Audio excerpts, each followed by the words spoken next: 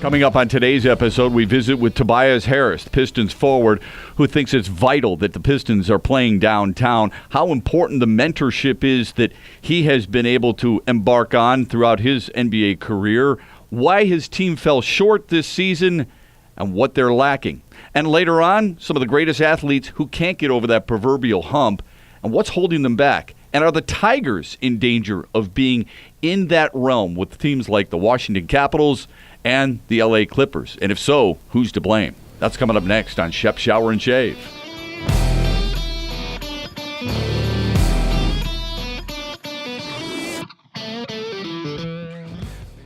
Led the Pistons in scoring, the most consistent player for this Pistons club this past season. Tobias Harris joins us here on Shep, Shower, and Shave. Tobias, we appreciate it very much. Let's talk a little bit first about your season and how you grew as a player.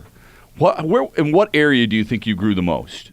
I think coming in from last season to this season, a big goal for me was just to be efficient in a lot of many spots and try to find different areas on the court where I can operate and make things happen. So that was an area where I thought that I got better at. And then going into the summer is something that I'm going to continue to work on and try to be even more efficient come next year. Tobias, it seems playing in 82 games, a full season for the first time in your career was something that was very important to you. I know you suffered some lighter injuries earlier in your career, like ankle sprains, and that may have been frustrating to keep you out. What did you do in the offseason differently this past year that helped you get ready for this 82-game slate? Just really got to focus in on my rest, my recovery, being able to still work at a high volume and get really good reps in, but at the same time taking care of all the things off the court. Really eating healthy. It's a whole package of things, but they all add up and they all affect the way you play and the energy that you bring when you're out there. So it was something for me, like you touched on in the beginning of my career, something that I had little nicks and knacks of injuries, a couple of sprains here and there. That was kind of disappointing. So I kind of just wanted to tap into that and really, fuel my body the right way so I could be as effective as I can.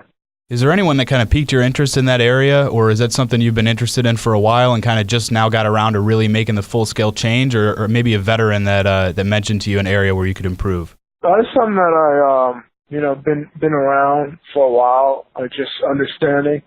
At the same time, it's just being a learner of the game and knowing that, you have to, for myself, you have to put your body you have to do the right things for your body to get it to function the right way. So, everything's a learning curve, so I kind of learned from a lot of my past, dealings with in the NBA and, was able to use that to help me to where I'm at today. It's interesting. You're from Islip, New York, but in talking with you since you've been in Detroit, New Yorkers have a certain type of reputation. You probably know that. You couldn't be further away from that type of reputation. How do you think that transpired, and is that kind of an unfortunate reputation that New Yorkers in general have? Yeah, there's a type of reputation. And that's just the way it is. At the same time, I think for myself, I just try to worry about being the best that I can be and understand that this game that I play, it's my job, it's my profession. But at the same time, a lot comes with it. I was a kid growing up, and I was always inspired by a professional athlete, NBA players to be exact, and I know that that means a lot for me. So at the same time, it's kind of like my will to do the same and impact and make a difference. What's the difference between coming off the bench and starting? You've been the ultimate team player in this organization and really in your stops in Milwaukee and Orlando as well, a willingness to do whatever it takes to help a team win.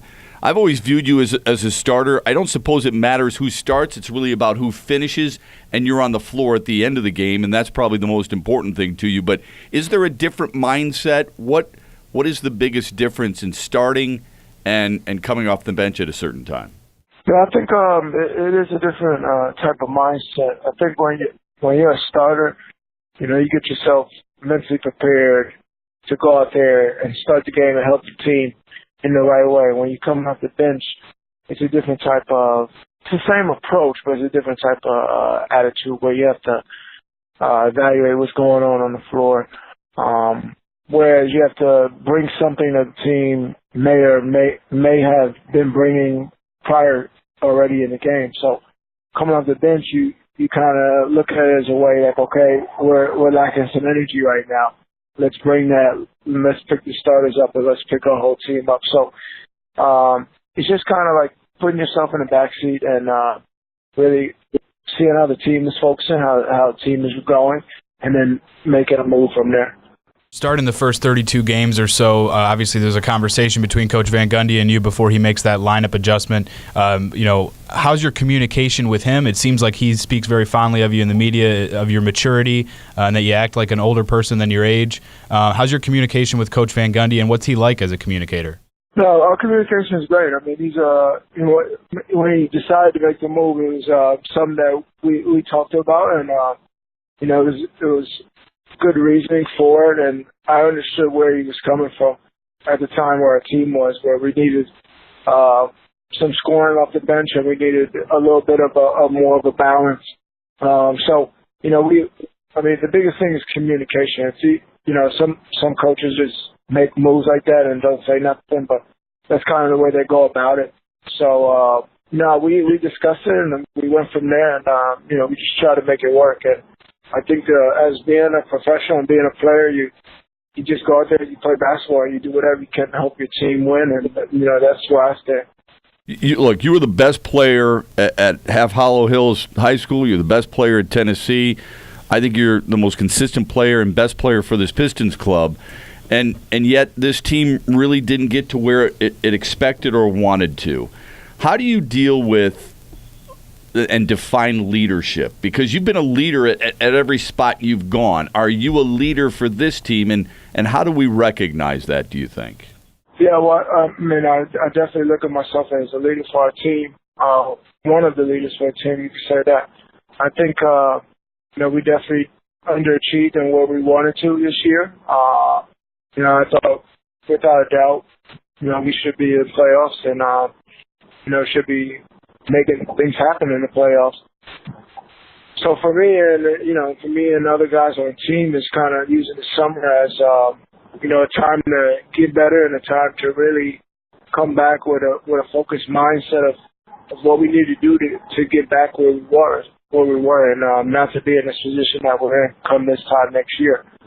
So, that's where leadership starts right there, is putting the time in the summer and getting it done. Being a guy that can get our team together and build some early chemistry early on and really get us to be flowing from the start of the season. So, it's a lot of different things that I've been thinking about doing and really just trying to help our team. That's where I'm at. And then on top of that, it's just the work that, you put in day out. I think I look at myself as a guy to lead by example in many different ways of just approaching the game, being a professional, and at the same time doing whatever I can to help us win. Why do you feel it's so important to give back in the community? You were earlier this year named the Community Assist Award winner. The NBA does that on a monthly basis. What is so near and dear to your heart in that regard? Well, number one, this is our city. It's where we play.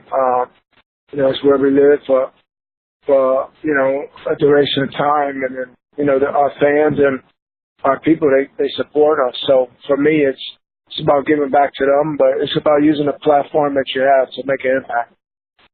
You score points, you can win games, but at the end of the day, it's about really all the people that come, that you impact, that you change lives with, that you help, and give inspiration to. So that's where it comes from me, is just being able to be that guy that can talk to somebody and help a kid reach his goals one day and understand that he might be going through some tough times now, but just that little bit of inspiration, just that little talk you give them, or that little word of wisdom can help this next generation be very successful in whatever they want to do. So that's where, it comes to heart for me for making an impact.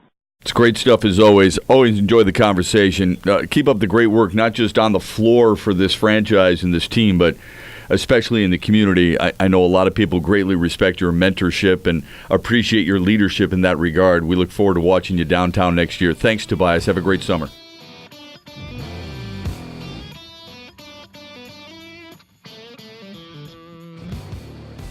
We appreciate the time Tobias Harris gave us. Welcome back to Shep Shower and Shave alongside Chad Shepard.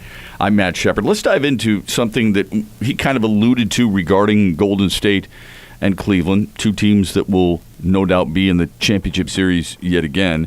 And it's not much of a surprise to many people. They've been pretty much the best teams all season long. There are certain ingredients that certain teams need to have in order to get over the hump. We may see Pittsburgh in the NHL in the Stanley Cup Finals yet again as well, trying to become the first team since the Red Wings to have been back-to-back. But there are certain teams that are missing that it factor, that ingredient. The Washington Capitals is one of those teams. The LA Clippers is one of those teams. What is it? What is the mix? What is that cohesiveness that you think they're missing? Well, it's incredibly difficult to pinpoint Alex Ovechkin. This is the third time in his tenure with Washington that they've been eliminated by Sidney Crosby's Penguins. Now, you look at the two rosters, and we talked the other day about the way they're built, the style they play. Sometimes that has a lot to do with it, but Washington's more than capable. They're a President's Trophy winning team. They've won a lot of games during the regular season. They beat Pittsburgh during the regular season on multiple occasions. They've got a better roster. Washington has if you look at it on paper, they have a better roster. Kevin Shattenkirk, John Carlson, T.J. Oshie, Kuznetsov, Ovechkin, Holtby. I didn't think they played poorly in Game 7. Do you think it comes down to role players, and is that part of the reason that teams like San Antonio in basketball and Cleveland, to a certain extent, get certain things out of their quote-unquote role players? Washington, L.A. Clippers don't quite get it out of theirs. I think some of it could be what those role players are asked to do. So we're staying with the Pittsburgh analogy here. We looked at what they did last year in December, firing their coach and bringing Mike Sullivan in. That changed the function to some of those role players. New role players became Brian Rust and players like that who were faster, jumped into the top 9. Washington may be having their role players do something that doesn't maximize their strength. But it's an open-ended question in the sense that there could be a number of solutions, right? It could be a coaching change. It could be a philosophical change. You might need sometimes we've seen things as small and trivial as a uniform change make a difference for a team. Culturally, sometimes it helps people turn the page when you move on from a big franchise player. You change a coach that's been there a long time. Mm-hmm. The Red Wings have certainly turned a page since Mike Babcock has moved on. That's gone the other direction. It's taken them further from getting over that hump. But there's a lot of different ways you can look at it.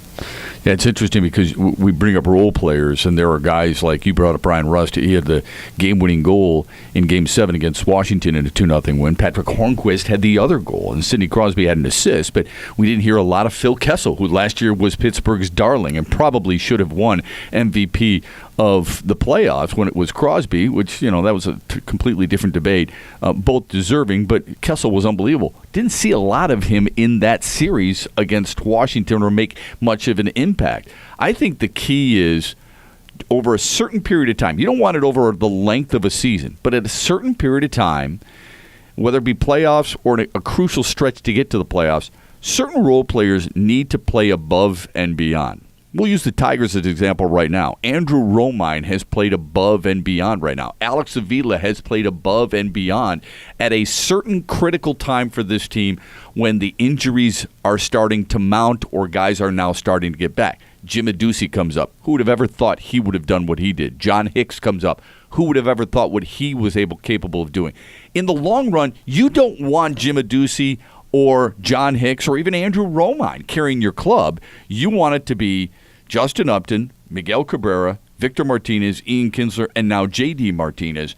But during this stretch, even though Detroit was only 500, the impact those role players had on this franchise, on this team, has been the biggest difference and may pay the biggest dividends down the stretch, don't you think? Right, because that's keeping the Tigers team afloat right now because the superstars aren't playing at that level that you need them to. But what you really need is two things. You need your studs to play like studs, and you need your role players to go beyond that role like you were alluding to. So if you have the role players outperforming their perceived value, that's great. But if you don't have the mainstays, the horses in your stable doing their job as well, then it's kind of a nice story that doesn't really matter a whole lot. Yeah, we know the greatest players, we've talked about this before, greatest players to have, quote-unquote, never won a championship. If you want to look at Charles Barkley, Karl Malone, John Stockton in the NBA, go right ahead, and certain players in the NHL as well.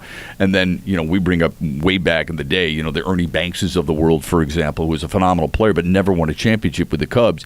I wonder if Alexander Ovechkin is getting very close, dangerously close, to the same type of label, same type of reputation. Chris Paul currently carries it in the NBA as well, don't you think? Absolutely, and I think what hurts Alex Ovechkin even further, coming off the Sochi games not long ago, is that Sidney Crosby's got a couple of gold medals on him as well. Right. And I know that comparison is always going to be made. Is it man-to-man there, you think? Is it Ovechkin, Crosby? Are there certain guys that are going to be compared to one another throughout their careers, like DiMaggio and Williams, for example? I do think that's the case, especially with these two. They're too close geographically in the same division. They're constantly having playoff battles with each other. If they were at other ends of the country, it might be a little different. If one played for the Bruins and one played for the Kings or something like that, a little tougher to create a rivalry when you might see a team a few times a year. Outside of Magic and Bird. Sure, right. Absolutely. A little different situation there with two iconic franchises at the time. So do you think Washington moves on? Do you think the Clippers, I know Doc Rivers has come out and said, look, Chris Paul, we need to keep Chris Paul, Blake Griffin, DeAndre Jordan together.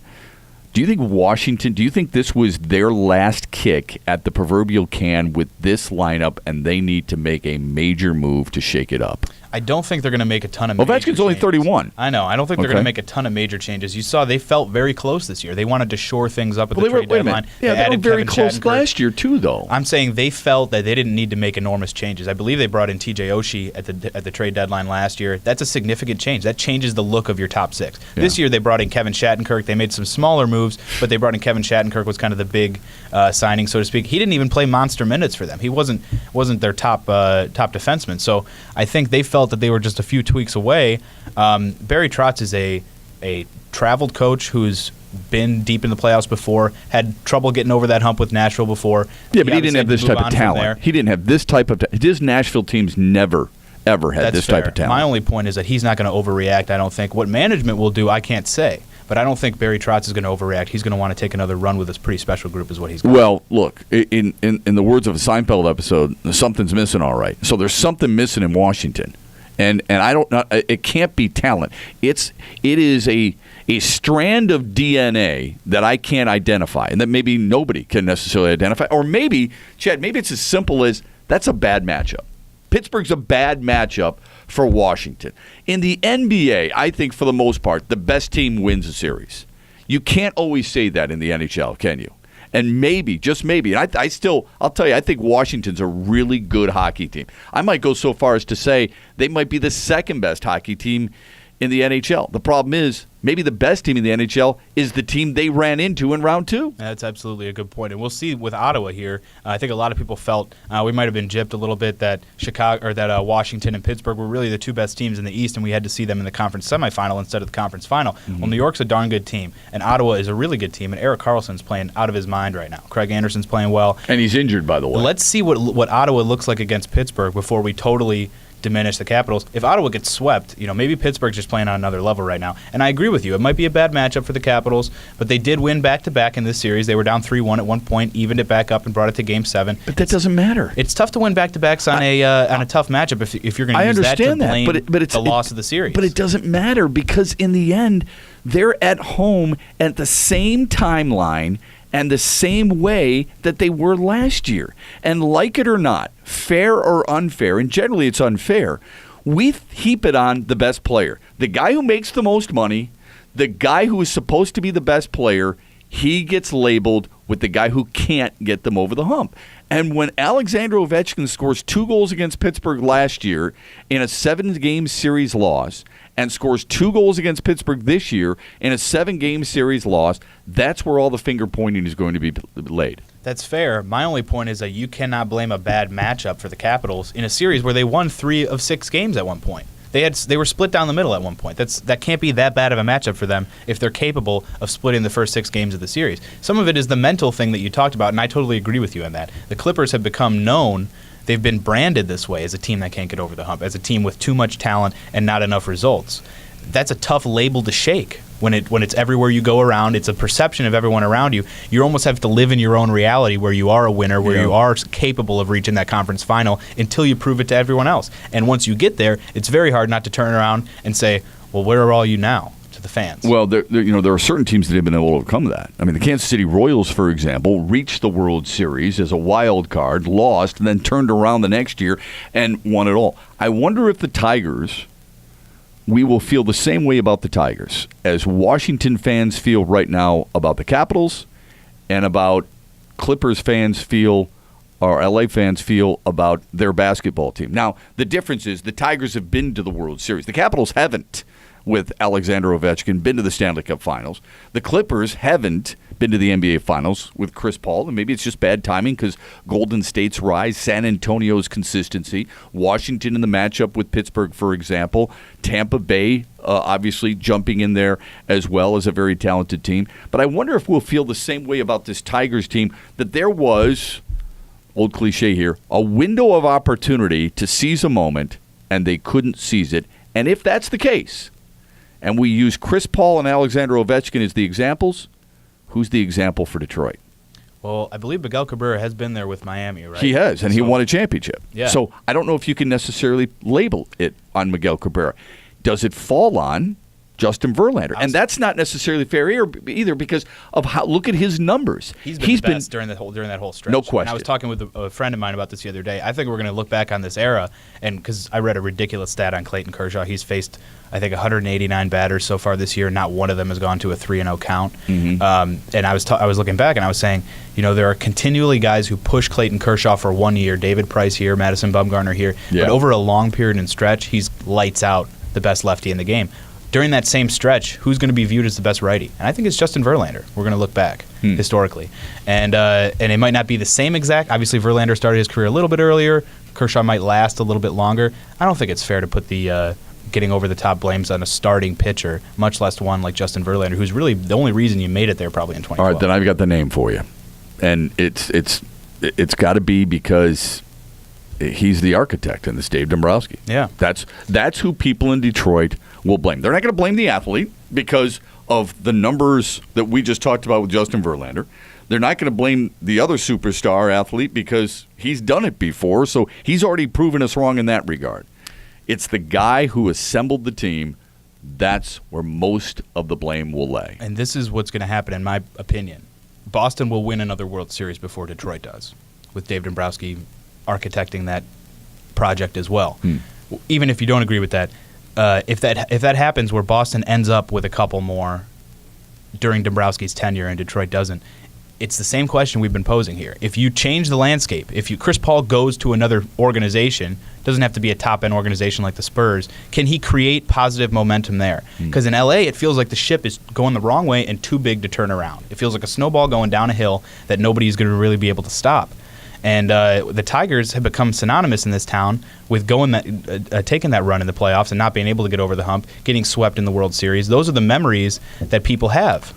Okay, but let's remind everybody this, too. Dave Dombrowski, too, has a ring in 97 with the Florida Marlins. So that's why I think there's a lot of Tiger fans frustrated right now. We feel like, and I'm generalizing here, we feel like we had a chance with almost a mega team. Price, Scherzer, Verlander, right? Sanchez when he was at his peak. Cabrera, Victor Martinez. Guys who have proven track records. Kinsler's brought in. We feel like we had a window of opportunity that extended longer than most people's dreams for most teams. Okay? I'm not saying every team, but most teams. We had guys who actually won it before. Dombrowski won it. Leland won it. Cabrera's won it. And we can't figure out who to blame. We can, because Dombrowski can come back and say, hey, man, I got a ring. Leland can say, I got a ring. Cabrera can say, I got a ring. Verlander can say, look at my stats. The numbers are there. We're not sure who to blame. Well, I think the problem might be trying to find one person to put on the poster and the Wadden sign and make them pay the duty for it. It's a collective issue, right? Any of those one guys can point to their one ring, but that doesn't absolve them of lack of accomplishment in Detroit. And maybe lack of accomplishment might be a little harsh because we talk in the past about organizations that go 10, 15 years without making the playoffs. And to a certain extent, by getting 2 World Series appearances in that short stretch, we were a little spoiled. So I'm not saying it's not in the fans' it's not smart for fans to expect better or want better or to feel that frustration. It's only natural. But to blame one person is a little bit tough. It's a collective responsibility, and we might, yearn back for those teams in 2012 and 2014. But these guys have moved on. They don't think about that anymore. Maybe when they're retired, they'll think about how good that group could have been. And I think you saw some tweets towards the end of last year when Rick Porcello won the Cy Young, even though Justin Verlander deserved it, and people talked about Scherzer, Porcello, and Verlander and how we could have missed that opportunity. But it's not like Justin Verlander gets off the mound every time and says, man, I wish Scherzer was following me tomorrow instead of Matt Boyd. That's just not the case. Good conversation, both with Tobias Harris and about the greatest players who, for some reason or another, can't reach the mountaintop.